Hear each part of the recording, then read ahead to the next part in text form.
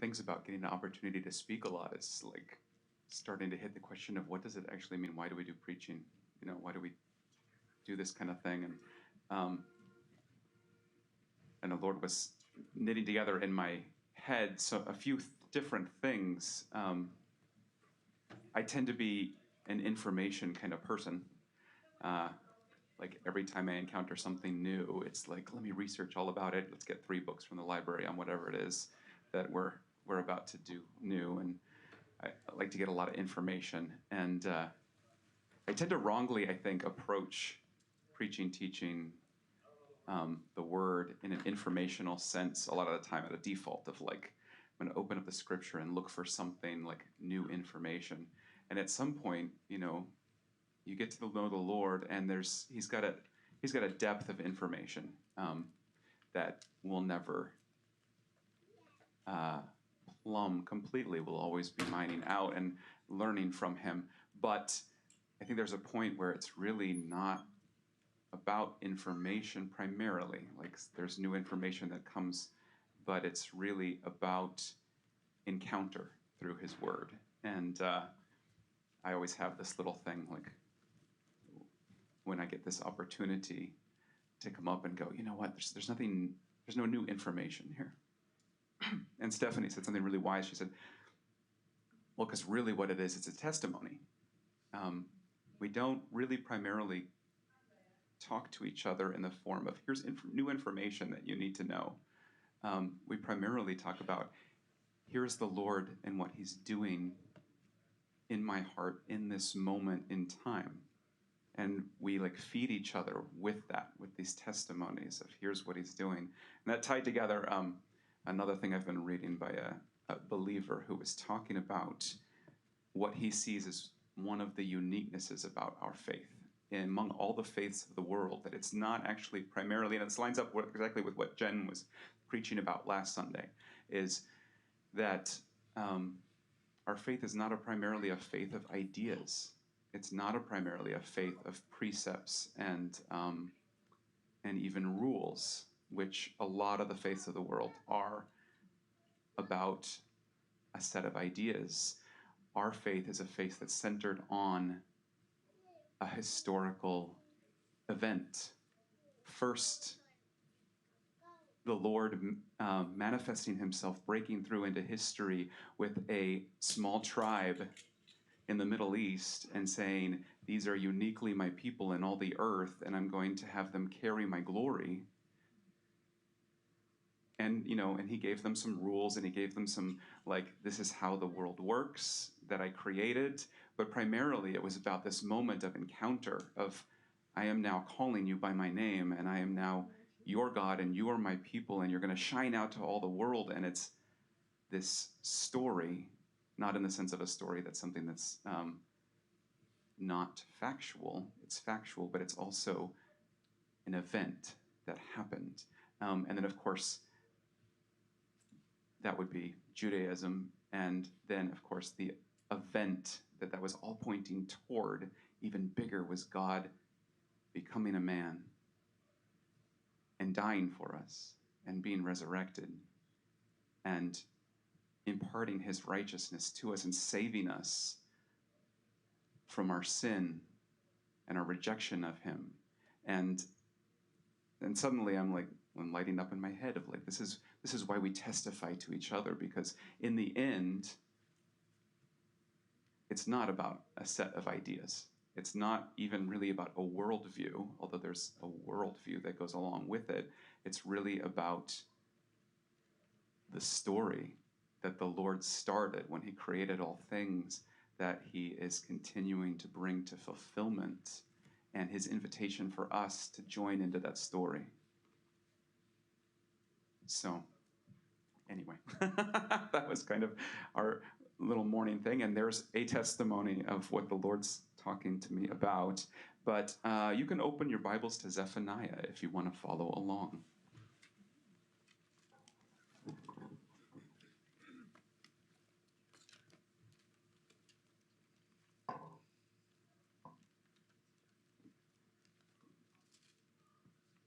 So having that, I'm going to share a testimony of what the Lord's talking to me through this small prophetic book. I sometimes just get the Lord telling me, read this book, or he'll just say a passage, and I've never been particularly good about remembering the numbers and the verses for where things are.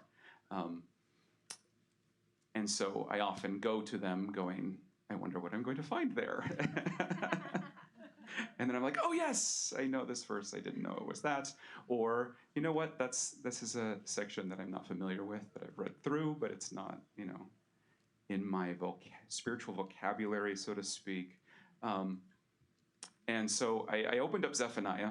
The Lord was like, read Zephaniah. And it's a little 3-chapter book of prophecy. And I don't know if anybody else has this experience, but a lot of times with the prophets, I open them up, especially the minor prophets, because, you get into Isaiah and Jeremiah, and there's so much detail, that there's so much, there are bits and pieces to kind of look at and go, what is that? What is that odd thing that they're saying? But then the small prophetic books, I kind of read it, and I'm like, okay, Lord, yes, the people are fallen, and they've turned away from you, and you're inviting them back, and you're going to bring about some judgments, and in the end, they're going to turn to you, and it's going to be beautiful. And it's like, okay, that's like every prophetic book. So what's different about Zephaniah? And I'm reading through it, and the dullness of my heart, I'm reading through it, and I'm not seeing anything that's leaping out at me other than, yes, Lord, I know you're good, and yes, Lord, I know when we turn from you, that in your mercy, you bring judgments, you bring chastisement to turn us back to you, and I know that if we turn to you now, it'll save us some of that heartache going through it, and if we don't, then you're going to keep pressing on, and then you will have your people that love you and rely on you, and I've, and it's good to hear it again, but why Zephaniah? That's the same thing in so many different prophetic books, and so I read through it, prayed through it a little bit, read it again, prayed through it some more. Still not, nothing's clicking with me. Nothing's hitting my heart.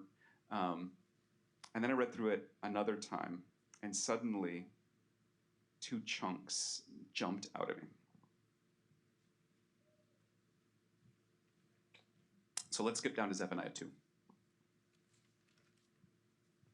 Zephaniah 2:1. Zephaniah is a prophet. He's prophesying before the king of Israel decides to shape everything up. So he's attacking the idolatry in the land. There's not a lot of information about him. He's got these 3 chapters that we have recorded of him. Zephaniah 2:1. Gather yourselves together. Yes, gather together, O undesirable nation, before the decree is issued or the day passes like chaff, before the Lord's fierce anger comes upon you, before the day of the Lord's anger comes upon you. Okay, this is the warning. Often the prophetic warning. For Gaza shall be forsaken and Ashkelon desolate. They shall drive out Ashdod at noonday, and Ekron shall be uprooted. Woe to the inhabitants of the seacoast, the nations of the Cherethites. The word of the Lord is against you, O Canaan, land of the Philistines. I'll destroy you, so there shall be no inhabitant. The seacoast shall be pastures, with shelters for shepherds and folds for flocks. And then skipping down to Zephaniah 2:13. And he will stretch out his hand against the north, destroy Assyria, make Nineveh a desolation, as dry as the wilderness. The herds shall lie down in their midst, every beast of the nation. But the pelican and the bittern shall lodge on the capitals of her pillars. Their voice shall sing in the windows. Desolation shall be at the threshold, for he will lay bare the cedar work. This is the rejoicing city that dwelt securely, that said in her heart, I am it, and there is none besides me. How has she become a desolation, a place for beasts to lie down? Everyone who passes by her shall hiss and shake his fist. So, 3rd time through, I'm reading Zephaniah and praying about it, and suddenly I'm seeing this repeated theme through the prophecy of these cities that have been emptied out. And suddenly I'm like aware of the dullness of my heart. It was probably just a week ago that I was having a conversation with somebody about why, here in Kalamazoo, which is not, an impoverished city, there's new buildings going up downtown and have been for a while now. We were having a conversation about why is it that there are these empty buildings all over the place, with for lease signs on them, commercial or light industrial, and they sit there year after year after year, and somebody owns that building and is going, hey, somebody lease it. Nobody comes along and leases it. And there's a building on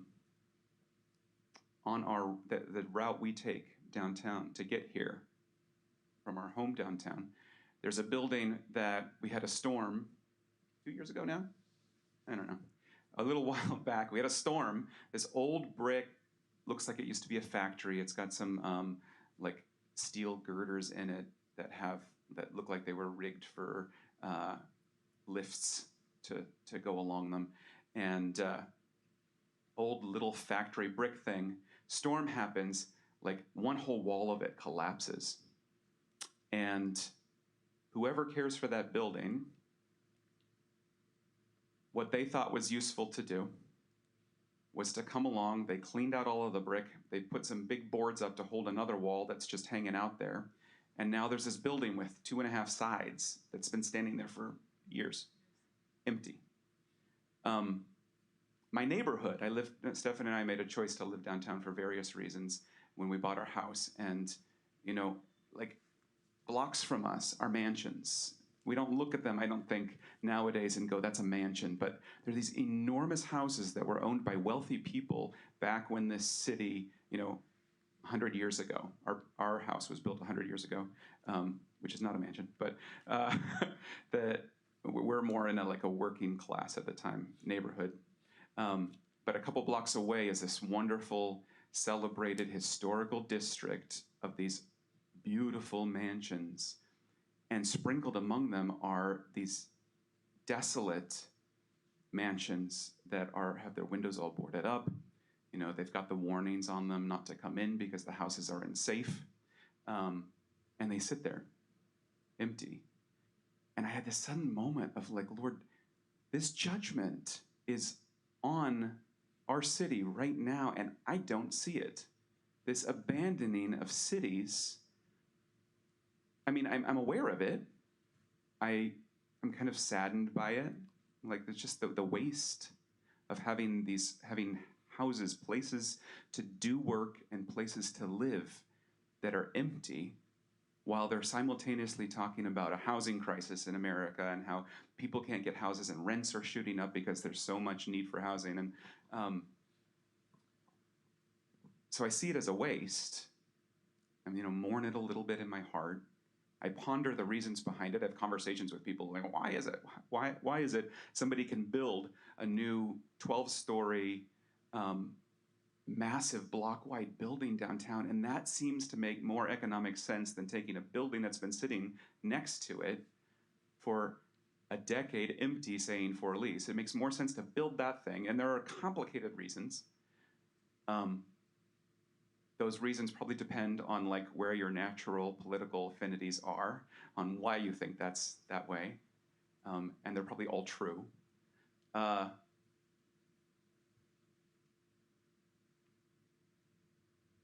So I think about those things and I mourn them, and it's sad to me that the cities, and we read about some of the larger cities and just the flight out of them and the emptiness of them and the desperate attempts to how are we going to make these cities whole again? But I don't connect it to, this is a judgment on the cities of the Lord for the sin that's in the heart of men. My natural inclination is to go to systemic things, and see a little bit of, where the greed is, or the desire for power, the desire to regulate things that makes people not able to afford to do an old building, so it's cheaper to do a new building. You know, the greed for how people want to maximize the return on things, and that keeps things from actually getting used. And I see all of that, but I don't connect it to a need for the Lord, really. And so repenting of that, of like, there is in me something that really sees things the way the world sees things still. Even after being in here, praying, you know, every other day of the week, digging into his word, my natural inclination is to ponder out the reasons rather than going, you know what? This is the fallen world and we're desperately in need of our Lord to come back. And we're desperately in the need of the Lord to transform our hearts. So there's always the danger of grabbing chunks of the Old Testament written to specific peoples and specific cities and appropriating it, right? However, actually, I want to touch on one other thing. Just going back to Zephaniah 2:4. I looked up some of these cities real quick. For Gaza shall be forsaken, and Ashkelon desolate. They shall drive out Ashdod at noonday, and Ekron shall be uprooted. Ekron doesn't exist anymore. It was uprooted, and it has not been replanted.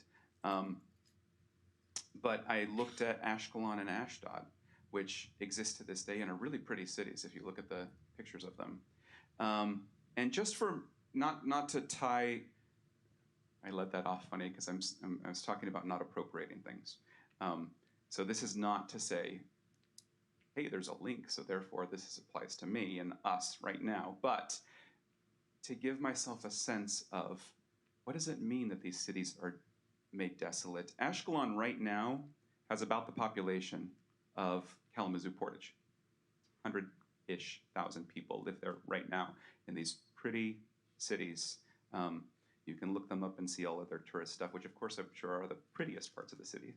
But and then Ashdod is about the equivalent of Grand Rapids in size as far as population goes.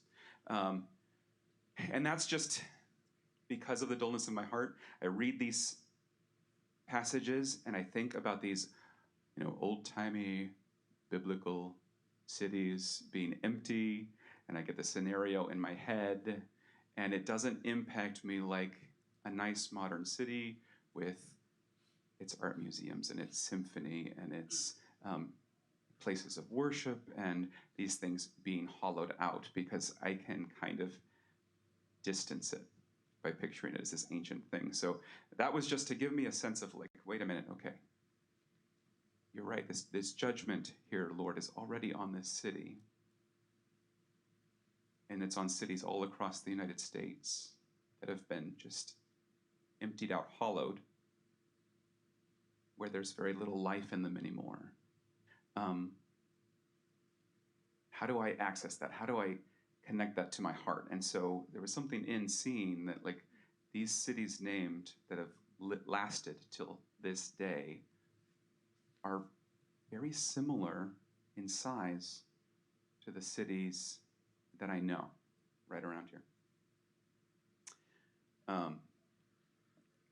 So is this applicable to today? I'm just going to jump down to the end, Zephaniah 3:14, or our phrase, is this an end times passage? Is this an end times book? Zephaniah 3:14, sing aloud, O daughter of Zion, shout, O Israel, rejoice and exult with all your heart, O daughter of Jerusalem. The Lord has taken away the judgments against you. He's cleared away your enemies. The King of Israel, the Lord is in your midst. You shall never again fear evil. On that day it shall be said to Jerusalem, fear not, O Zion, let not your hands grow weak. The Lord your God is in your midst, a mighty one who will save. He will rejoice over you with gladness. He will quiet you by his love. He will exult over you with loud singing. I will gather those of you who mourn for the festival, so that you will no longer suffer reproach. Behold, at the time I will deal with all your oppressors, and I will save the lame and gather the outcast, and I will change their shame into praise and renown in all the earth. At that time I will bring you in, at the time when I gather you together, for I will make you renowned and praised among all the peoples of the earth, when I restore your fortunes before your eyes, says the Lord. And I read that just to say, I can't say that this happened fully in history. Yep. So I believe that the warnings that Zephaniah brings, the judgments that happen, all happened. But pointing to the end, has Israel ever been in the place where they're like, we have no enemies anymore? No. So this is pointing to the ultimate fulfillment of his promise after the judgment is yet to come. He's pointing at down the next age when this is all completed and Israel will never need this kind of chastising again, because they will be his people and he will be their Lord and their law will be written on their hearts. Then I can also take the rest of the prophecy and go, it was fulfilled and it is yet to be fulfilled. I can also look at it and go, this is the character of my God. So, in order to understand, judgment comes for a reason, right? We'll jump back to the beginning again, popping around Zephaniah. Why is he going to empty the cities and why has he? Another thing that rises up in me, of course, is always like you look at these judgments and you're like, he talks about the city being wasteland and there's nobody there and there's still people living in our cities, right? Maybe every fourth building is condemned in some places, but there's still people living in the others. And I want to say, even in this prophecy, he talks about people living in these cities. The idea is these cities have been emptied out of all of their glory. They've been emptied out of a population that took pride in them. And what's left are people back to this is a good place to raise sheep. And hey, there's a building nobody's living in. I can sleep in it at night while I'm here with my sheep. So it's always important. I always have that little bit of a rebuke from him of like, don't take what I'm saying and push it out to the most extreme version you can imagine and then go, well, this must not be it because, there's still people. We're still living around the condemned buildings. Take it instead as, maybe that's my mercy, that I'm giving you a taste of it before I have to do it all the way and respond. So why? Zephaniah 1:4. It's good to start with the end of the book anyway, because then it puts the judgments in proper perspective, so it doesn't sound like all wrath and anger. Because we know it's going somewhere. It's to a purpose. It is a mercy. Zephaniah 1:4, I'll stretch out my hand against Judah and against all the inhabitants of Jerusalem. I'll cut off every trace of Baal from this place, the names of the idolatrous priests with the pagan priests, those who worship the host of heaven on the housetops, those who worship and swear oaths by the Lord, but also swear by Milcom, those who have turned back from following the Lord and have not sought the Lord nor inquired of him. So he has a list. This isn't about a specific, these people are doing this thing. He's got a list of different ways that people can abandon the Lord. There are those who worship Baal, idolatrous priests, pagan priests, those who worship the host of heaven on the housetops, those who worship and swear oaths by the Lord. So they are doing the worship of the true Lord, but also swear by Milcom, or they've taken and absorbed another god, and they're trying to worship Yahweh alongside another god. And those who have turned back from following the Lord and have not sought the Lord nor inquired of him, lest you think that it's just about going after foreign gods, just abandoning me, I will also bring a judgment on. You don't have to have an altar to another god to have an altar to another god if I'm not the one that you come to inquire of, if I'm not the one that you seek. So those who worship false gods mixed with the true God, and those who have just stopped worshiping altogether. Milcham, I recognize, I did not know, is the same as Moloch. I recognize the name Moloch. It's used a little more often. Same God. He's known as the consuming fire. He was sacrificed children in a fire. Archaeologists looking into these things, there was a point where it was, no. Maybe the passing through the fire mentioned elsewhere in the Bible was just like, we wave our kids over the fire as a way to get blessed by the God. We don't really think that there was child sacrifice going on until they found urns filled with mixed child bones and animal bones. And that put the end to the whole, I'm sure they weren't actually sacrificing children. This is just, a way of putting down the God you don't like, until evidence was actual archaeological evidence was found of it.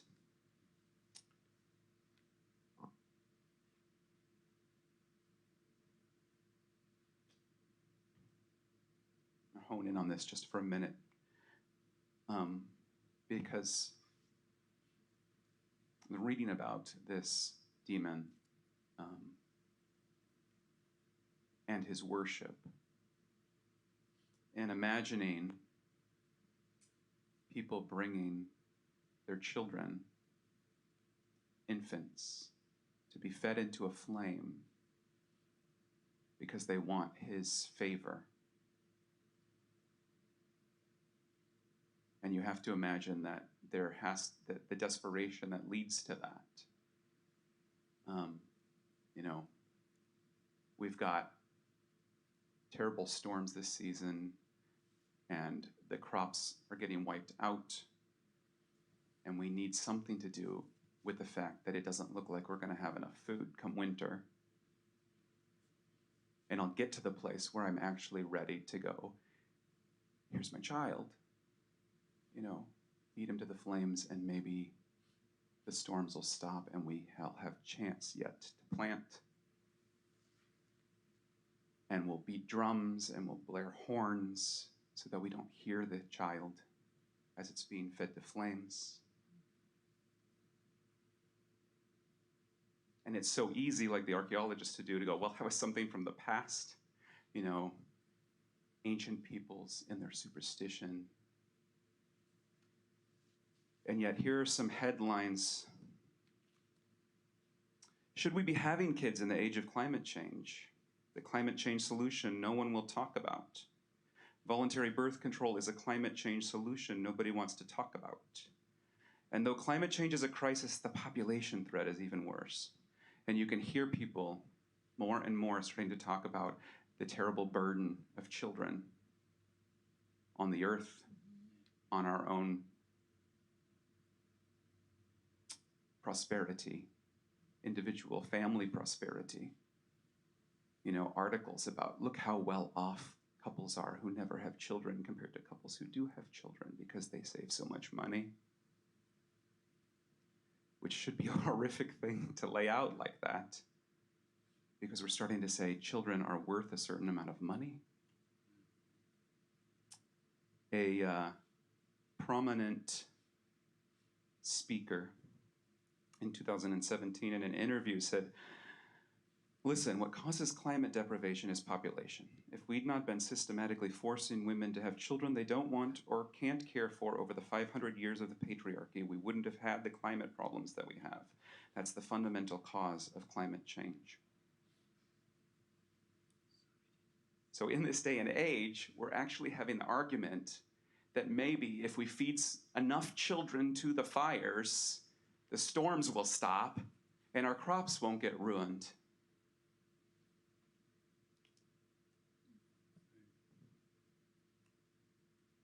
And our cities are being hollowed out as one of the judgments.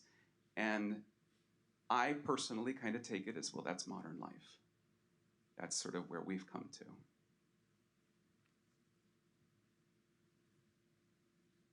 And it's easy, like this is a person who's advocating for abortion, and these are headlines that are talking about abortion saving us from the storms. But it cuts across all flavors of the human heart. There are so many ways to look at human lives as expendable burdens. And it's easy to champion the end of abortion, but still see other people's children as a burden on my prosperity, or other people's children as a threat to the security of my country, and that they should be treated like units and dealt with and cleaned up, as opposed to individual images of the Almighty God.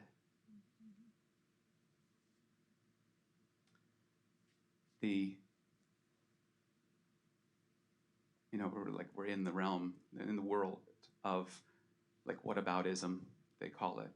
It's like, oh yeah, you're against abortion, but what about the fact that you see feeding children who are hungry as a burden?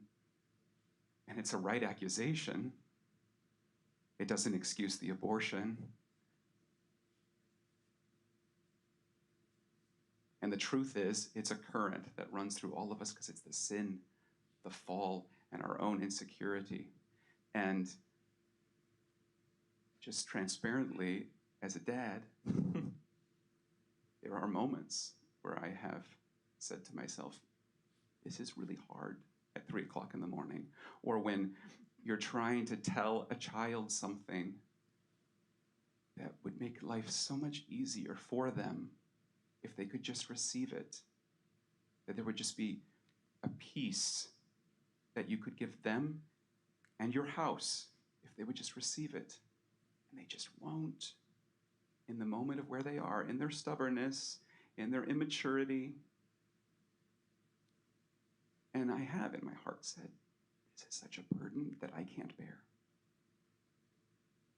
And I'm sorry, Father, for that. Rather than, I want to see my children as a blessing to me all the time, even in the hardest moments where they are asserting their complete independence against some beautiful things the Lord has given me that I could give them that would be really life unto them. To still see that as a blessing, because ultimately it is. Like, as much as the joy in seeing my kids do something right and making a good, loving choice in becoming really capable at something because they've worked hard at it, as much as that is beautiful food to my soul, struggling with them and finding out that before BK, before kids, I thought I was a very patient man. And then I found out my patience had never actually been tested up until that point. And my patience is this shallow thing.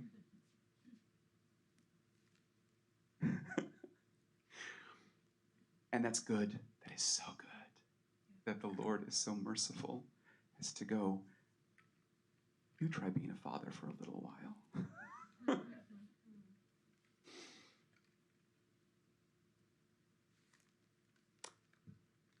There's an accusation against the Lord that the planet is not big enough. And really the truth is, completely objectively, without any sort of religious faith worldview, you can look at it and go, there's enough food to feed everybody in the world. So why isn't everybody in the world fed? And again, with the empty buildings, you can go into all these socioeconomic reasons and practical applications, and the answer really is human sin. My sin. We don't have, ultimately, economic problems. We have spiritual problems. We don't have drug problems and violence problems, sexual problems. They're all symptoms of a spiritual problem. And I know we all know that. I know that.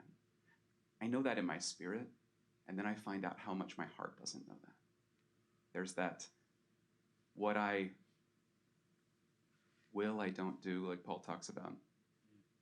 There's that I know deep in me that everything in my life comes from the Lord. It's all dependent upon him. And every issue I run into is an opportunity for his glory. And to find out where I'm short of it. I know all those things. I know them deeply. And yet, how often when those things come along is my first reaction to try to fix it apart from him, to go, oh, what's the solution to this? Rather than, oh, I'm short of you. Forgive me, Lord, and lead me out.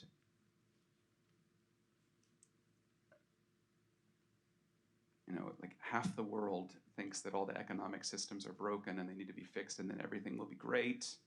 And the other half of the world's like, no, it's not the economic systems, it's the governmental systems that all need to be torn down and redone or minimized, and then everything will be great. But we don't need fixes so much as we need a savior.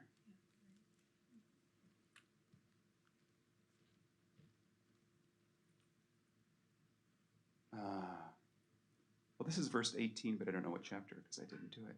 Write it down. Neither their silver nor their gold will be able to save them. On the day of Adonai's fury, the whole land will be destroyed in the fire of his jealousy, for he'll make an end, a horrible end of all those living in the land. I think it's interesting he ties back through the prophecy of the pride in these cities. I love cities. I know some people are rural people, and they get into a city, and within the first 20 minutes, they're like, get me out to the country. I like cities a lot. I get to a city, and what I feel is all of the hope and energy of it. All of the people who are like, have desires and aspirations that they're going for, and the little coffee shops and the people with their posters of their little garage band that's going to happen, going to play in the corner of some place down the road, and everybody's going towards something. And I know 98% of it is all towards not good stuff. But I think there's something pure and wonderful and lovely way down deep in how we were made to be going toward the Lord. And I feel that I want to climb kind of thing in a city, and it makes me excited. There's all these people, and they like we in the body of Christ do, there's a synergy among people in cities where, somebody's doing their thing and somebody's doing their thing, and they get excited about each other's thing, and they get farther than just doing my own thing. You see these, just as an artist, when you look at art movements and you're like, why are there 5 great artists in this one city at this point in history?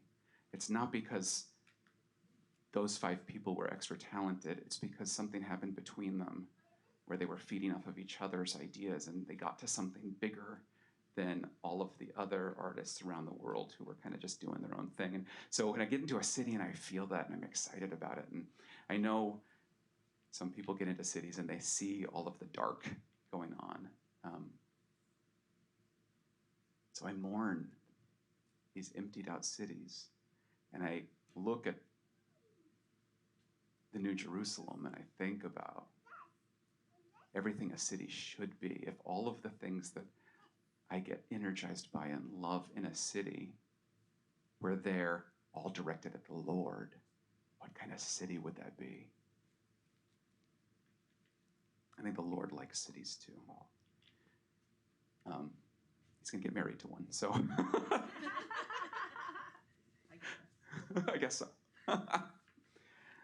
Um, but that same strength is the downfall of the city, and he points to their silver and their gold's not going to save them in this day.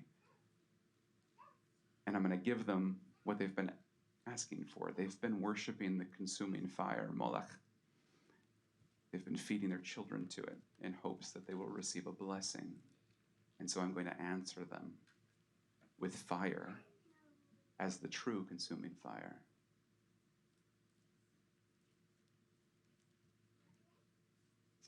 Zephaniah 3. Woe to her who is rebellious and polluted, to the oppressing city. She's not obeyed his voice. She has not received correction. She has not trusted in the Lord. She's not drawn near to her God. Her princes in her midst are roaring lions. Her judges are evening wolves, that it leave not a bone till morning. Her prophets are insolent, treacherous people. Her priests have polluted the sanctuary. They've done violence to the law. He's got an equal opportunity judgment, seeing the corruption both in the church and in the secular leaders. The Lord is righteous in her midst. He will not do no unrighteousness. Every morning he brings his justice to light. He never fails, but the unjust knows no shame. I think this is beautiful because I tend to look around and I see the exposing of evil in the world, and I tend to think of it as evil getting stronger because I see it more. But really, it's the Lord. He's doing his justice. And when we see all of these prominent people recently, one after another, like all the darkness that they've lived in and that people have encouraged them in, not said anything about, let them go their way, let them continue to be powerful people because there was something to be gotten from being alongside them. When we see them being exposed, this is the goodness of the Lord. He doesn't let injustice go forever. He has mercy that we might repent, but then he does judge. And I need to be able to look at these things and go, this is the light increasing from the Lord because he's right at the threshold of heaven and he's going to be coming back soon. And he is doing all the things that he said he would do when he said he would bring everything to maturity in the last days. And the warning is don't separate the wheat and the tares because you don't know and you might uproot tares, but it's coming to maturity. It's becoming clear now. You're being able to see both of them in their fullness. Part of getting to Zephaniah, part of what the Lord was like taking me there is you keep asking to love my judgments because it's so hard to love the whole land will be destroyed by fire.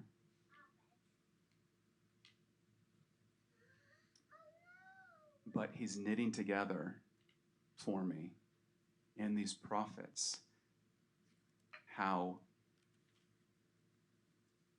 the assessment, I see that the leaders both in the church and in the world are corrupt. They're devouring those that they're supposed to be lifting up and protecting. His assessment, his warning, wait on me. Maybe there will be protection for you if you wait on me. His judgment, and then the part I read early on about his glory coming and the people being one, loving him, no longer being rebellious people. All of these things are of one thing. I tend to see them as, well, here's angry God, but angry God's going to last for so long, and then here will be happy God. My heart does that, even though my spirit says, no, it's the same God throughout, and this work is all of one piece.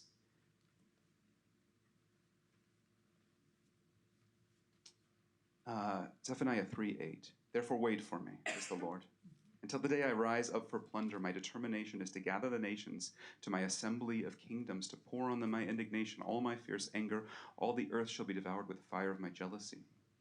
For then I will restore to the peoples a pure language, that all may call on the name of the Lord to serve him with one accord. From beyond the rivers of Ethiopia, my worshippers, the daughter of my dispersed ones, shall bring my offering. In that day you shall not be shamed for any of your deeds in which you transgress against me. For then I will take away from your midst those who rejoice in your pride, and you shall no longer be haughty in my holy mountain. I will leave in your midst a meek and humble people, and they shall trust in the name of the Lord. The remnant of Israel shall do no unrighteousness and speak no lies, nor shall a deceitful tongue be found in their mouth, for they shall feed their flocks and lie down, and no one shall make them afraid. I tend to cycle through translations because I feel the dullness of my heart towards Scripture. And when I pick up another one, it's slightly different. And the words that seem sort of worn down by use, like an old coin that's been rubbed and rubbed and rubbed, they gain their relief again. Because I hit a verse and I'm like, oh, this is the verse I know so well, but it looks a little different, has a slightly different flavor. And I feel like I should just say, be careful about the translations that you use, because there are translations that are not translations.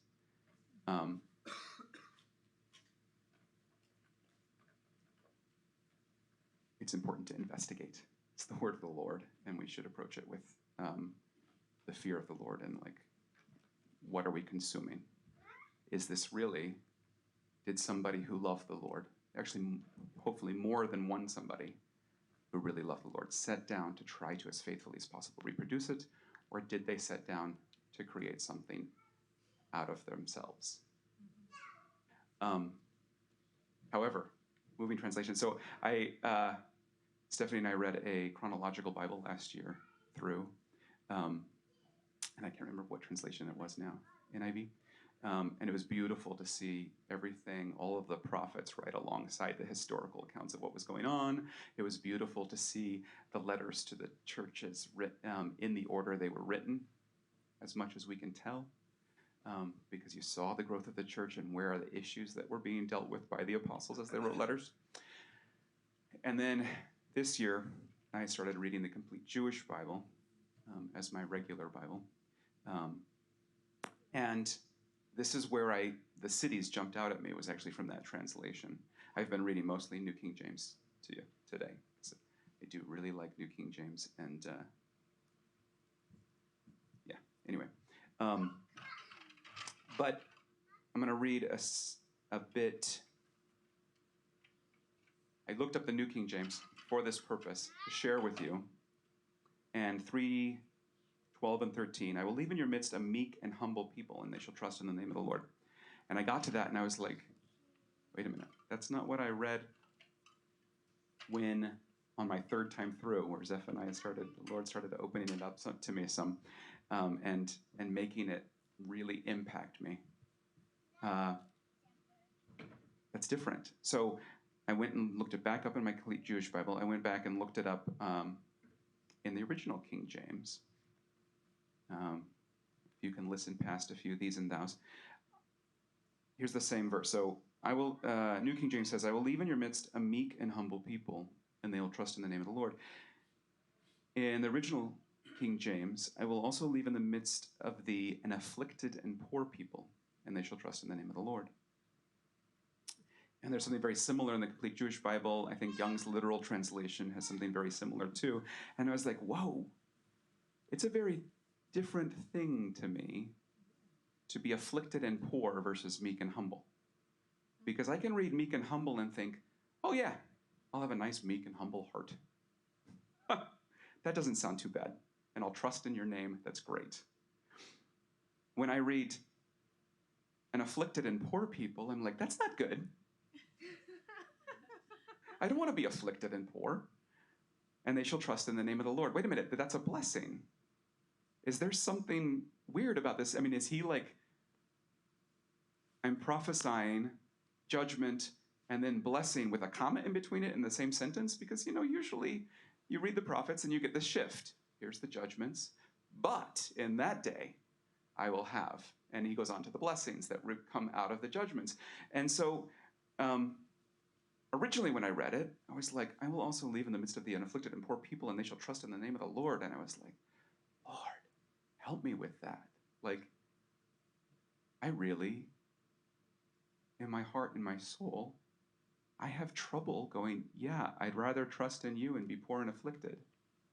I'm all good with the meek and humble in some kind of abstract, oh, my heart is lowly sense, but actually being poor and afflicted and trusting in you, I'm having a problem taking that as a blessing all of one piece, which I was talking about earlier, of taking these prophetic warnings, the judgments, and the blessing as all of one piece. Because really, it means my heart hasn't fully absorbed our Lord's death and resurrection as all of one piece. I still have part of me that wants to skip past the cross a little and get right to the resurrection. Somebody want to let them know we're wrapping up downstairs, since I think the entire worship team is down there?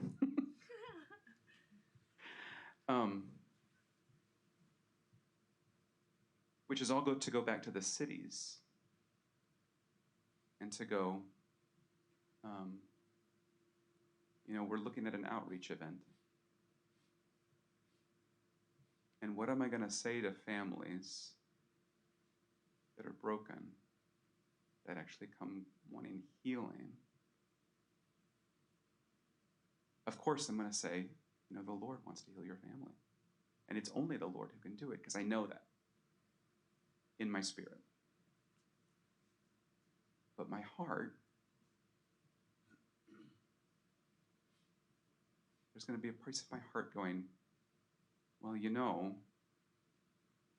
really need to get a job, or you really need to get off of the substances that you're on, or you really need to deal with all of these issues that are going to be completely pointless apart from the Holy Spirit and the Savior of the blood of Jesus, saving blood of Jesus.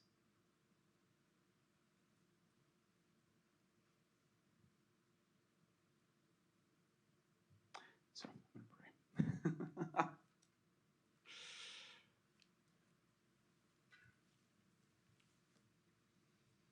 So, Holy Lord, I thank you for the washing of the water of your word. I thank you for the sharp two-edged sword that finds out, that divides, that shows, cuts deep. And just asking for refining of my heart, Lord God. Just ask that this testimony of what you've been talking to me about, just that it bless every hearer. And that it bear fruit. And Lord, I want to love this city that you've put me in like you love it, and not like a man would love it, with some good ideas. And I want to give cups of cold water in your name, not just give cups of cold water. And I want to be your hand answering need in true love. And Lord, I want to also, I want to love your judgments. I want to see that ultimately the hollowing of the cities, it's unto something. Would you cause there to be just a softness in this city,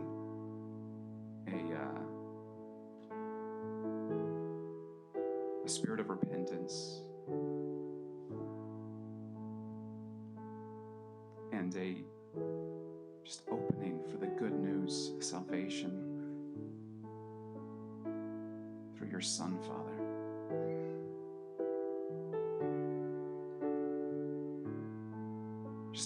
I thank you for the judgments. Just forgive me for it being so hard for me to see them. But I thank you that, you chastise those you who love. And you wouldn't do it if there wasn't going to be fruit from it. So start with fruit in my heart, and then let there be fruit throughout this city, Lord God.